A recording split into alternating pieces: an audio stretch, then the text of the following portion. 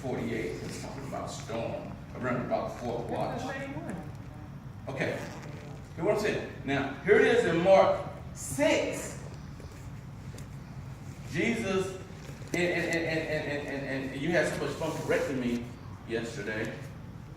You know what I'm saying? When I said that Jesus was with them in the ship, but you said, no. I said, he wasn't in the ship.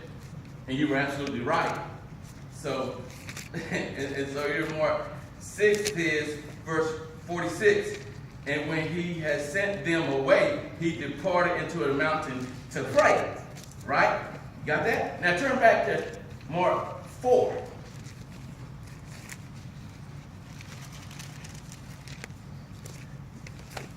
And verse 35 says, and the same day when the evening was come, he saith unto them, it's read, let us pass over unto the other side. And he was in the ship with them. So it could not be the same account. Anybody not see that? Speak now, forever hold your peace. Oh, but according to the text that we read yesterday, they said he didn't go. He wasn't in the ship. Exactly. Here According it's in to the the text yesterday. right. Here he's in the ship. Okay. So it can't be the Today is same. another story, but It can't be yesterday the he same wasn't in the account. ship. Yeah, yesterday he wasn't in the ship. Okay. Everybody with me? Because I wanted to clear that up. Because even though we spoke from Matthew 14, 22 through 33, it's basically Mark 6, 45 through 52. It's just a slightly different on the account. So I wanted us to make sure that it's not the same account. Even though it's a storm. But yesterday we dove for carrot, and today we're diving for Pete. who? Is it peace? Yeah, it's peace. I was. Okay, so now, very briefly, can somebody describe what is peace? When I sleep over my friends. No fear? Calming? Hold still? Relaxed. Relax? Okay, now, let's back up a little bit. What was the first thing you said? No fear. No fear. So, could I be worried with no fear and still be at peace? Okay, no, what did you say? No, you said be still? So, what if I'm worried but I'm just still? Is that possible? Okay, can peace be in there? It can? Can it? It can? I don't think so either. Okay. And who else said something? I said relax. Relax. You can't. Yeah. You can't be. You can't. You just can't. You can't. I'm just asking. I'm just asking. You got to follow me back. But like everything else, you always want to we can't get that. That's what we're saying out there. It's no worries. Same thing. Which one? Did he say it? Oh, what he said? Okay. Nobody's I wrong. say I'm just at asking peace the question. when I'm at my I'm friend's trying to house. stir you up a little bit because you need to be stirred up because most of the time there is peace that we have and then there is peace from God. You have to understand that. And so here Jesus is dealing with the disciples now. Very briefly, if you allow me to go back, remember, the other day we talked about what? The parable of the sower. That's Joshua chapter 4. We dealt with that, and then after he dealt with that, then he talked about being a light unto a dark world. And then he went into the parable of the seed and with the sickle and how the harvest is coming in. And then he talked about a mustard seed. And then he talked about the use of parables and why he do it. And now we'll rise to verse 35. So can I have somebody already read that? Okay. And what do we get out of her reading that before we even go into discourse?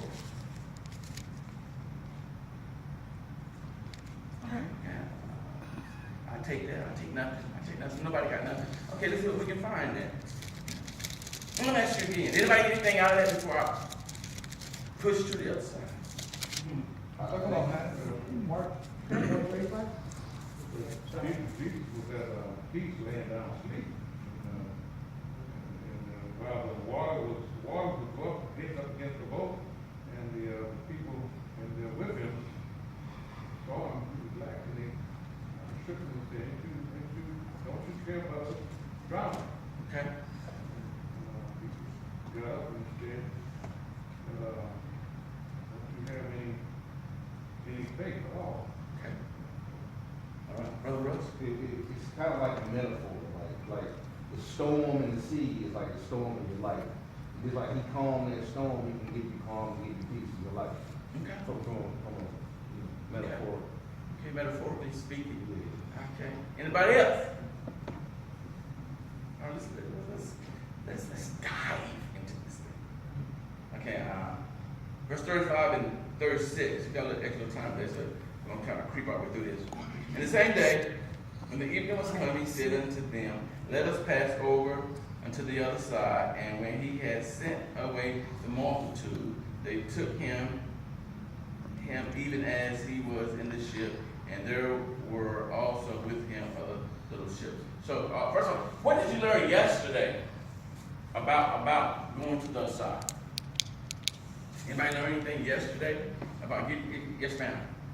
What I learned yesterday was that Peter, when they saw Jesus, they was in the boat on the water, and Jesus was still on the land, on the water, walking towards them. And when they looked up, they didn't believe that it was him. So Peter was bold enough to ask, Lord, if it be you, call me. And he called Peter, and Peter stepped out the boat and began to walk on the water.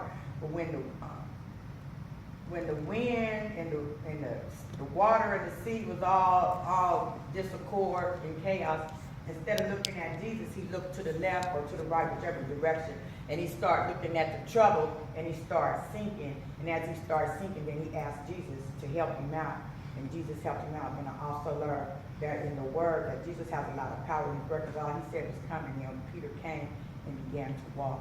But once he looked at the storm, he began to sink because he took his eyes off Jesus. Just cover it pretty well.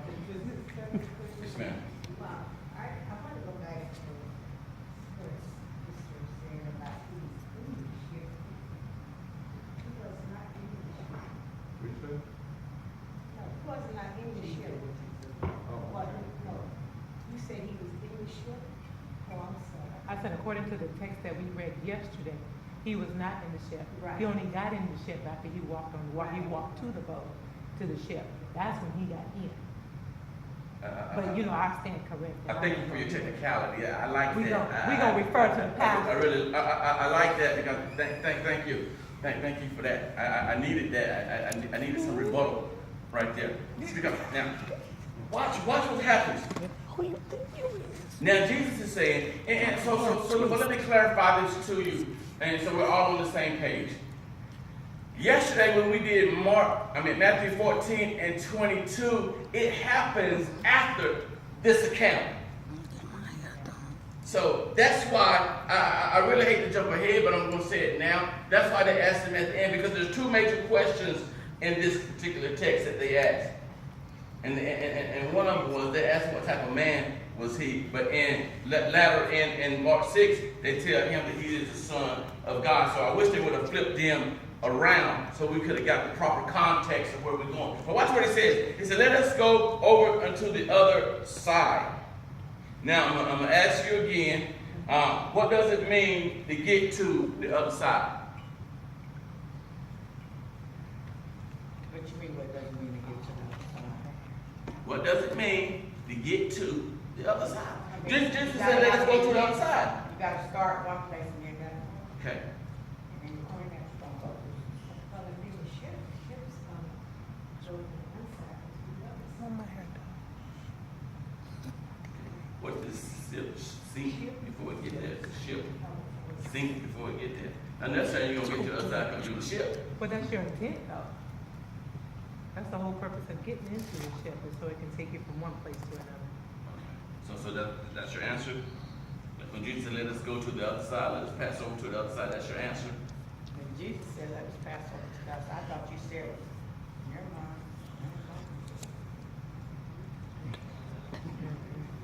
I got trouble. I mean, you sound like I'm trying to give you a trick question. I'm asking a simple question. See, but then now, so, when you ask me the question, I should have knew that Jesus should be in it. But I'm thinking me, walking, if I go across the street, I want to start here and end there. Okay. I wasn't thinking about a Okay. ship. If Jesus is saying, let us go to the other side, that means that they're going to the other side with who? Jesus. Okay. And so they're going to the other side with Jesus. What do they have to really worry about? Jesus, nothing. So since they don't have to worry about nothing, and because you're going with Jesus, there are some other little ships that's going to be witnesses as well. So now we're going to the other side with Jesus, and I asked you yesterday, what did you learn? Nobody said anything. But regardless of what happens between point A and point B, you'll still get there because Jesus sent you. And I didn't hear any of that, what we talked about yesterday. But so now he's not sending them this time. See, that's where I need your mind to go. I need you to think about what we talked about yesterday and now what we're doing today. See, because there is a significant difference on yesterday and today. Yesterday, he sent them, and today, he's with them. You see what I'm saying? And I need for you as students to start being able to pick those things up. Okay, so now he said, let us go over to the other side. And now they're going to the other side. They're in the sea of, what sea are they in?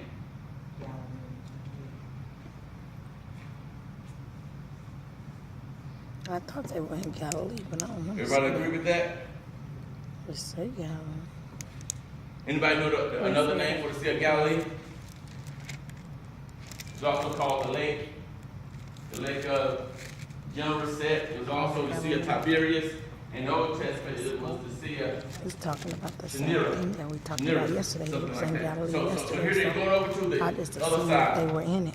And somebody read verse 37 and 38, and I think we're going to find the meat of our text in this. I think I'm like preaching the devil out. Where? In Galilee? So that it was not for, Not or now? Look, they in Galilee.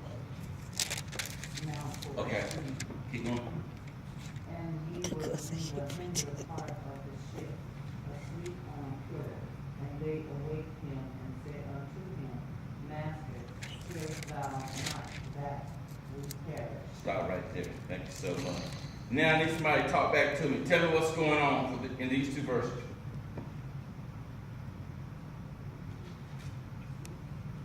And they said, like he said, he was asleep. He was asleep. Ship, yeah. Okay. And, they was afraid, they woke him up, but they was afraid that he didn't care nothing about. Okay. Okay. Anybody else? There also arose a great storm. Okay. And what do you mean by great storm? 35. 4. 35. A great storm, I mean, it was worse than the one they had already went through. They hadn't went through that yet. Oh, well, I was, okay, well, Peter saw some chaos in the last chapter, so I'm figuring the storm was probably just getting ready to come. Now they in the storm, and it says a great big like waves was coming up. So it was like the water was in the boat might have been trying to sink, being tossed and turned. Okay. Okay, and, then once again, they got scared, and, Jesus. No, just these two verses. Okay, I'm on 38. Okay. We see that Jesus. it's scared. That's why I said scared. Okay. Keep going. And Jesus was in the hinder part of the ship. He was in the latter part of the ship, and he has the stern, asleep. And they woke him up because they was tripping once again. Okay. And they asked him, did he care about them perishing? Okay. That's what I get out of 37 and 38. Okay. Anybody else? Okay, now let's go into that along with the metaphor. Here it is talking about a great storm of what? Of wind. And when the wind got busy, the waves got involved. And once the waves